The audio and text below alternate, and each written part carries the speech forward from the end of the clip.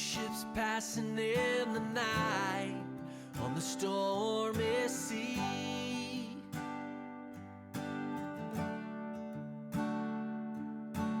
You got your navigation lights pointing right at me. Next up, we made the 3.5-hour drive from Carlsbad Caverns to White Sands National Park in Alamogordo, New Mexico. White Sands is truly one of the remarkable natural wonders.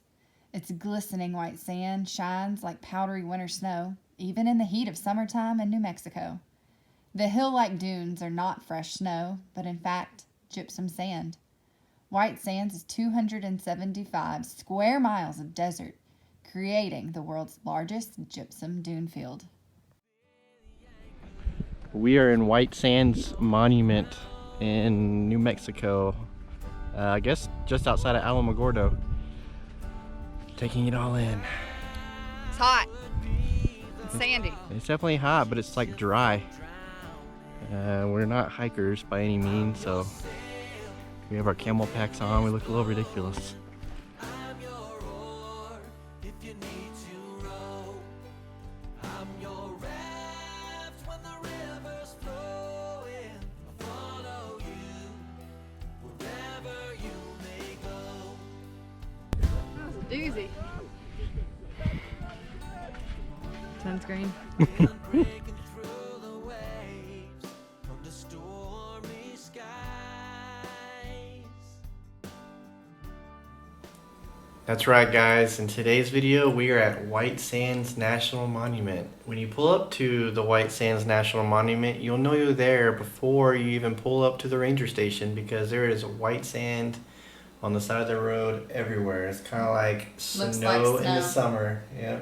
When you first pull up, you'll pull into the ranger station, and at that point, you'll go inside and learn all about White Sands National Monument. It's actually quite interesting. There's a movie in there where they teach you about everything. Because it is a desert, so they talk about how the plant life survives and how the animals survive in such a hostile environment.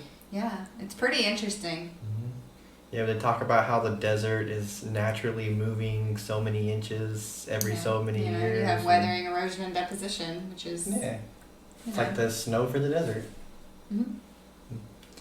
And for you big motorhome people like us, just know that the U-turn in there is quite tight. We were a little worried about making it actually, because fellow visitors had kind of blocked it. So when you pull in, you'll make a right into the ranger station. There's only 3 or 4 lanes, if I remember correctly. And of course, if you're in a big motorhome, you'll want the most outer one to give yourself more room to do a little U-turn there, but it is quite tight. Yep. So we did the whole tour, which is about a 2-hour drive if you were just, we weren't, I'd been there before, you'd been there before, so we were not just like blowing through it, but we were not necessarily stopping at every little thing. So I would say, conservatively, we were there about 2 hours or so. I would say for us, we went there not thinking that we were going to spend that much time there. I mean, it's just sand, right? So how much can there be to see? But man, were we wrong. Yes.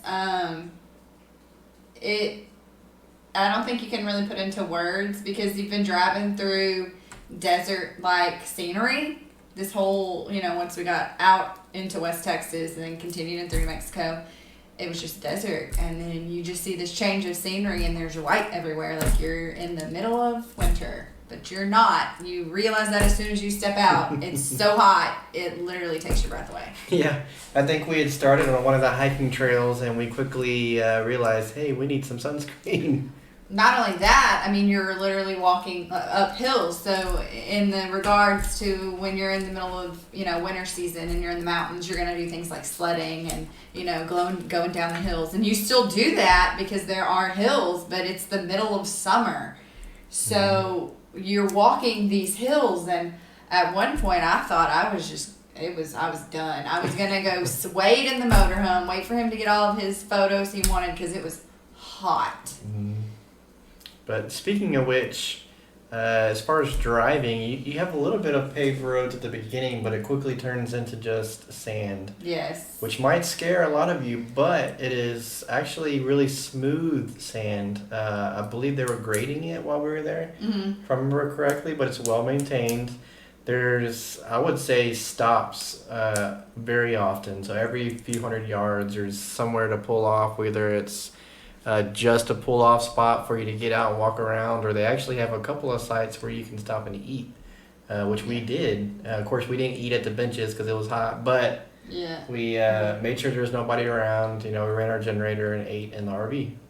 So when you pull in, of course, everybody's gonna stop at like the first pull off, and you're gonna when you pull off in the first pull off, you're like, oh my gosh, there's people everywhere. So you know, everyone, especially this one, wants that shot with no other people in it. Like, you know, you want people to think you're the only person in White Sands on that day. Yeah, even though you're in one of the biggest tourist biggest tourist destinations. Yeah.